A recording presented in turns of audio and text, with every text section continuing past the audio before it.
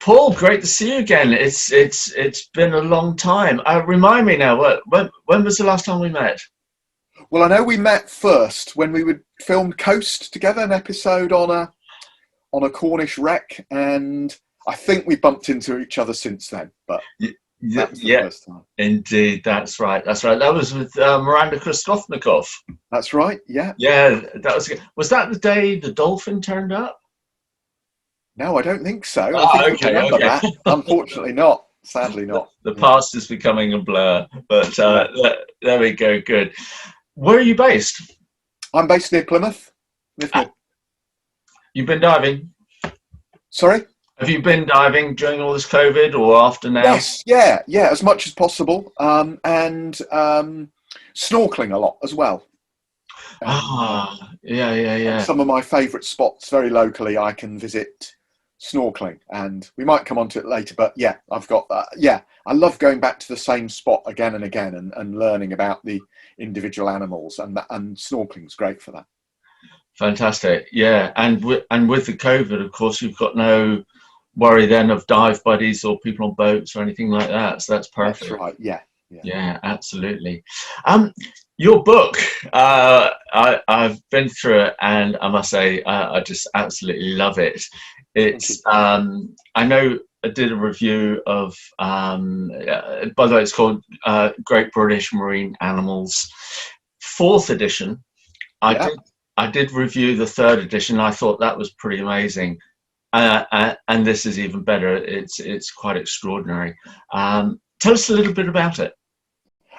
Well, it's sort of it's a celebration of British marine life, and it's structured as like an ID guide, in that it's divided into the animal groups, and it's got the common species in that you'll find rock pooling and snorkeling and diving. But the aim of it is to go a lot further than that, just ID, and have as much in as possible about behaviour. And that's my passion, really, portraying that. And so it's structured so that animals that do a lot can have a lot more coverage. So amazing animals like the cuttlefish is a sort of record breaker. That's got 10 pages to itself. Tompot blenny's got 9 pages. Hermit crabs, crabs have a lot. Our sponges, I'm afraid, don't do so much, at least not in obvious terms, photographing them. So a lot of them only get half a page. So that's the sort of key. And it tells stories about the animals, what they do, how they live, what they get up to, and hopefully in a very accessible way, and photographically as well. And did you do all the photos yourself? Yes, I did. Yes, over many years. Yeah. They are stunning quality, absolutely lovely. How long did it take you to actually get to write and compile all this? Well, it's sort of evolved because I did the third edition 10 years ago, and it all started back in '96 with Marine of the Southwest. And the first edition, Great British Marine Animals, was 2003, I think. So it's evolved since then. But the last 10 years, particularly, I've been concentrating on photographing behaviour and getting that all together. And it was always scheduled to be released now, but actually the timing in a way worked quite well, in that I was doing a lot of writing during lockdown, so actually worked well. Yeah, it was a perfect time for writing, wasn't it? It's unfortunately, in a way, yeah. Yeah, so Yeah. it was a little forced, but it kind of worked out well for a lot of people. All the information, fabulous information that's with it.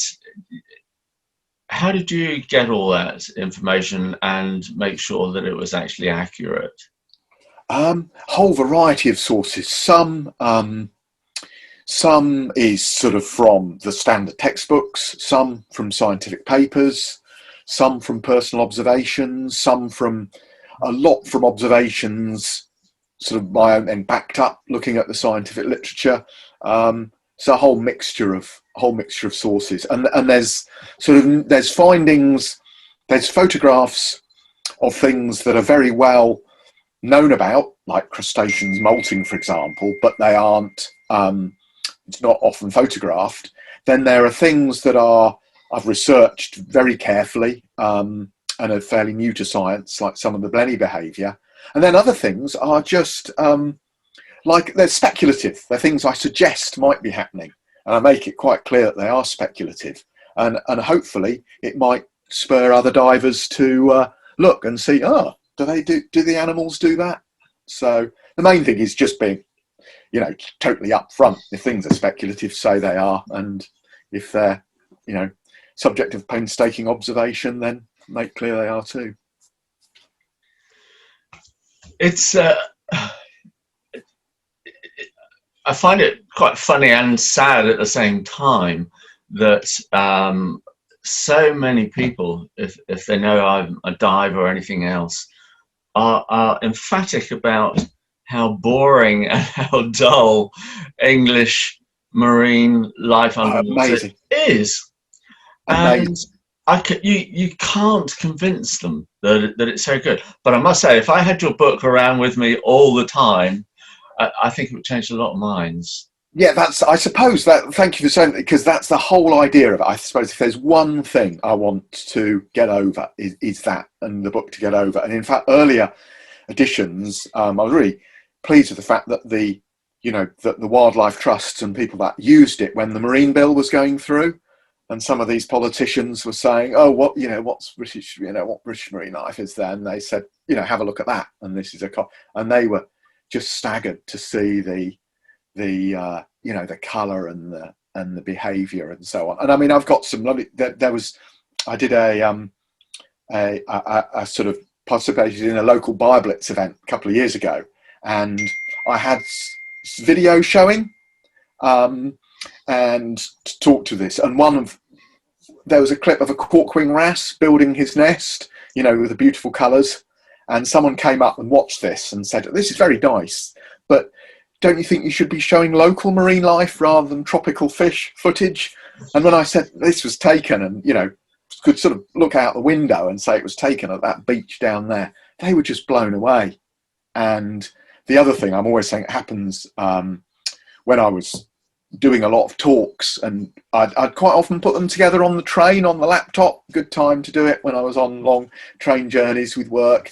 And inevitably someone next to you starts sort of bored, and they start leaning across and looking at your laptop, and they go, "Oh, colourful pictures, where were they taken then?" And I'd always say, "Where do you think they were taken?" And they'd always say, "Barbados, West Indies, Red Sea."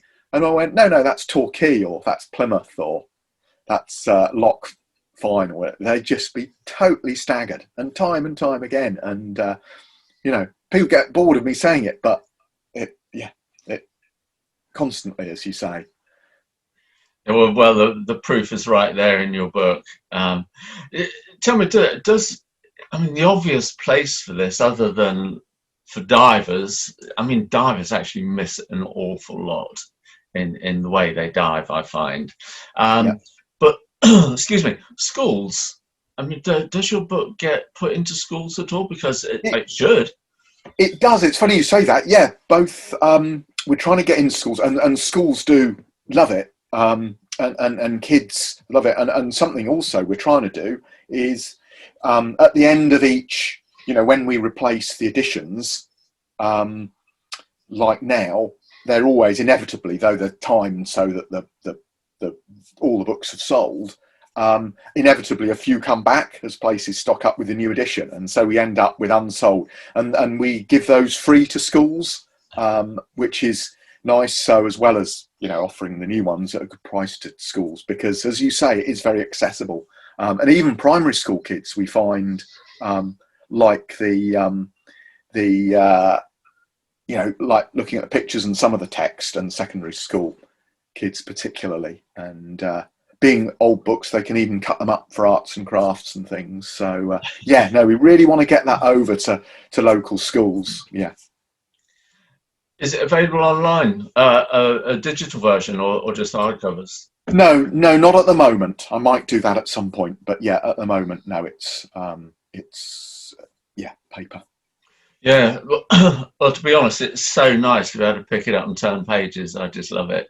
I always find that nicer than digital books, and it's great. It's great just to see the picture there on the desktop. think it's absolutely perfect. You did mention the Marine Bill. Yeah. Which, as far as I understand, is just a bit of a debacle, really. It's just a paper Marine Bill. What's your experience with reality since it was first brought out or invented to today? Well, it's led to a lot of these marine protected areas, and we have got a lot of marine protected areas. And as you know, the conservation organisations rightly say, a lot of them could be described as paper parks because there's very little that's actually protected in terms. But hopefully, we are getting to these highly protected marine areas now, which are coming out, which are being proposed. But I think it has sort of there. And the Wildlife Trust and the Marine Conservation Society and people like that are really pushing for them. But it just shows, because what they're proposing for these highly protected marine areas are probably what the average layperson would expect should be happening in all the marine protected areas. So sort of reality is certainly lagging behind expectation and massively lagging behind what's needed. But hopefully we'll get there. And I think we just have to keep at it and be optimistic and go for it. Keep the pressure up, because it's so badly needed. Yes, it's an awful lot to lose, and I agree with you entirely. The having to keep that pressure up is absolutely crucial. And the great shame is that most people can't mentally support the Marine Bill because they've never seen the wildlife. They don't know what's there. They don't know the implications of affecting it. And your book is a great step to changing that, I think. Thank you. That's what I hope. Yes, certainly. Just get people aware. And if they're not aware, they're just, if they think it is just grey and featureless, as so many people think, they won't care. So it's get them to care. And I do find as well that as well as just the colour, it's the behavioural stories that engage people. Like if they think that down in a seagrass bed there's quite a complicated relationship going on between a sea anemone and the hermit crab it lives on, and the chemicals they might give off that encourage the relationship and that sort of thing, and the fact it astonishes people, because when I go snorkeling, I go to visit these blennies, these tompot blennies, and some of them live in the same, you can recognise the individuals, and they live in the same territory, the same spot for over 5 years, 7 years, the record holder. And people tend to think of fish as transitory, and when you say you're going down to visit the same one, and he's been there and reared eggs and so on, that really brings it home. And the fact that wrasse, you saw, but you can recognise wrasse from the markings. There's one that I've met, I think it's 8 years apart, on the same reef. Sharks that I took close-up pictures of to identify that, to identify the species. And then realised when I was looking at these pictures, I thought, blow me, hang on, those, the denticles on their skin, it's the same pattern on the photographs. It was actually the same individual shark. And there's a wonderful study being done locally by a guy called John Hepburn of nursehound egg laying. And he goes and snorkels to survey the eggs where they're laid in the gullies. And, who would think that there are shark nurseries just in this bay near Plymouth? It's brilliant. Yeah, absolutely fantastic. I know I've known this same cuckoo wrasse for many years, and I still do. Right. Yeah, and he's on this particular dive, and often I wear a full face, and I talk to it, and I think it's kind of a bit confused or interested into what this noise is, but it's great, and it's difficult to say relationship, but it is. He hears me coming and comes over. I'm sure. hangs around. And it's fabulous. I love it. Yeah, and I wouldn't be surprised, and I should think he recognises you as opposed to other divers, very possibly. I don't know if you're. There's some great work being done on fish cognition and fish knowledge, and they are so much more. I don't know if you. There's another book called What a Fish Knows. One of the studies that this guy talks about, done with fish, is of a tropical goby that observers wondered why. They noticed that when it leapt out of a pool, when the tide was out, to avoid a octopus or a heron or a predator, it would always land in a pool rather than flap around on the coral. And then they did an experiment and showed that the goby at high tide swims over the reef, makes a mental map where all the good pools are, and then when the tide's out, it knows exactly where to leap. And, it can keep that map for a time. And so the stuff about goldfish 3-second memory is absolute rubbish. Yeah. Oh, that's fantastic. And why not? It makes perfect sense. It's how animals just not lumps of flesh. They survive, they have behaviour. It's crazy to think otherwise. Yeah. Over the many years that you've been doing this, because you're a marine biologist as well, I believe. Yes. Yeah. Since you've been diving and compiling everything for all your books, what's the greatest changes you think you've noticed in the sea? Well, unfortunately, I've seen, I think, reduction in number of fish, particularly large fish, more sedimentation on some of the reefs, certainly more plastic pollution, sadly. But there's still an awful lot there, and I think it's so important to monitor it. But I find my observations are so biased by where I'm diving and what I'm seeing and what I'm interested in, that another plug for divers in Britain is to get involved in the Sea Search programme for amateur divers and compile information in a very systematic way. And that is a fantastic database or knowledge base, getting information together on the sea and looking for these trends. And particularly as we decide where to put protected areas and decide on protected areas, to show the value of them, like around Lundy, how amazing the marine life is, where we've actually protected only a very small area. But and the other thing, you get this spillover effect. That's what, you protect an area, and then you get the spillover of those animals, so it benefits everyone. Yeah, absolutely. Paul, it's been super talking to you. It's great, and as I said, I love the book. I hope it does really well, which I'm sure it will. As a matter of interest, do you ever dive without a camera? No, very rarely, actually, very rarely. Even snorkeling, I use a compact camera. But I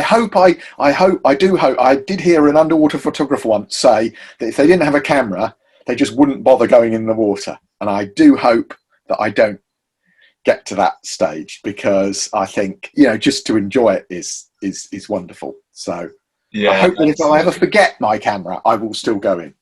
Yeah, I'm sure I will. Exactly the same.